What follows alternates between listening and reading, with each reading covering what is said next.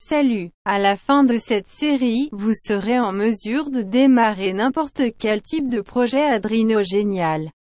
Dans cette vidéo, nous allons passer en revue les bases d'Arduino, les composants matériels et comment configurer Arduino pour qu'il fonctionne avec votre système. Arduino est un microcontrôleur facile à utiliser que vous pouvez programmer pour exécuter le code de votre choix et créer des projets sympas.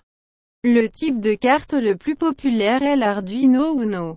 Nous avons également plusieurs types de cartes adaptées à différentes applications, comme le Mega Arduino, le LilyPad, et l'Arduino Nano. Pour nos besoins, regardons l'Uno et ses composants.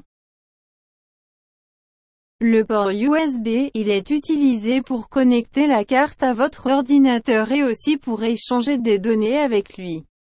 La plupart des Arduino utilisent un câble périphérique standard à tout bimal à mal, le type généralement utilisé pour les imprimantes. Le bouton de réinitialisation fait à peu près la même chose que de débrancher la carte et de la rebrancher. Il redémarre votre programme depuis le début. La même chose se produit lorsque vous programmez la carte. L'interface USB appuie sur le bouton de réinitialisation pour vous. Les broches sur Arduino peuvent être configurées comme entrée ou sortie. Les broches 3, 5, 6, 9, 10 et 11 sont activées PWM. C'est-à-dire que ces broches peuvent imiter la sortie et l'entrée analogique en utilisant la modulation de largeur d'impulsion. PWM est obtenu en faisant varier rapidement la sortie entre haut et bas pendant le pourcentage de temps souhaité. L'Arduino prend en charge une fiche cylindrique CC 5,5 mm 2,1 mm, position centrale. La tension recommandée est de 9 à 12 volts, à 2 ampères. L'AT-Mega 328 est un microcontrôleur monopuce créé par Atmel dans la famille Mega Haver.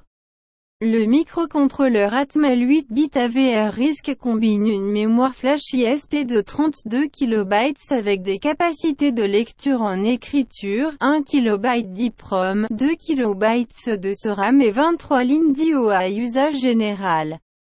Un signal analogique est un signal qui peut prendre n'importe quel nombre de valeurs contrairement à un signal numérique qui n'a que deux valeurs, high et low. Pour mesurer la valeur des signaux analogiques, l'Arduino dispose d'un convertisseur analogique numérique intégré. La DC transforme la tension analogique en une valeur numérique.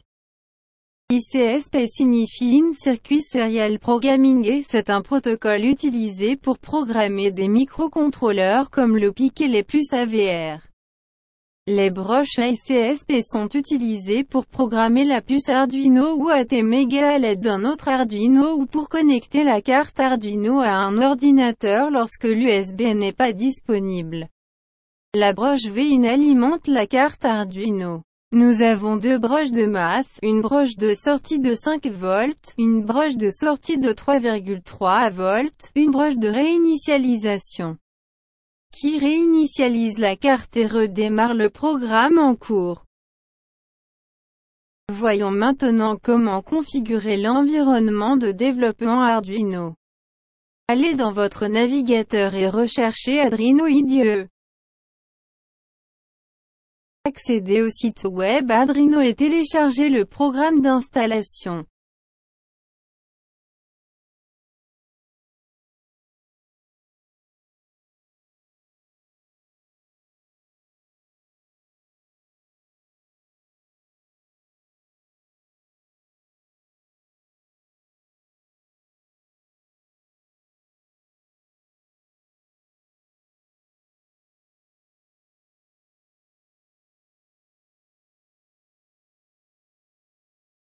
Au lancement, vous verrez que nous avons un tout nouveau projet. Connectez votre Arduino à votre ordinateur. Permet de le configurer. Allez dans Outils, Tableau et sélectionnez le tableau de votre choix. Permet de sélectionner Uno pour nos besoins.